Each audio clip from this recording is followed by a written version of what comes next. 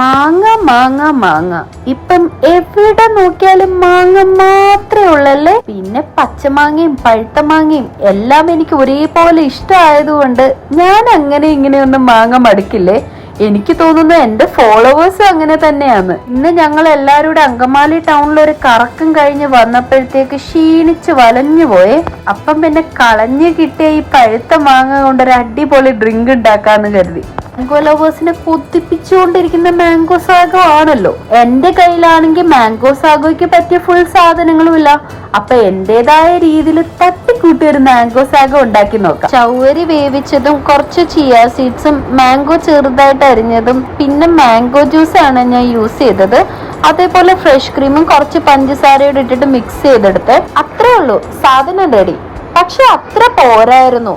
Mango ജ്യൂസിന് പകരം mango പൾപ്പ use ചെയ്തിരുന്നെങ്കിൽ കുറച്ചുകൂടി ബെറ്റർ ആയിരിക്കും എന്ന് എനിക്ക് തോന്നുന്നത്. എന്തായാലും ചൂടിന് ചെറിയൊരു ആശ്വാസം കിട്ടിയിട്ടുണ്ട് കേട്ടോ.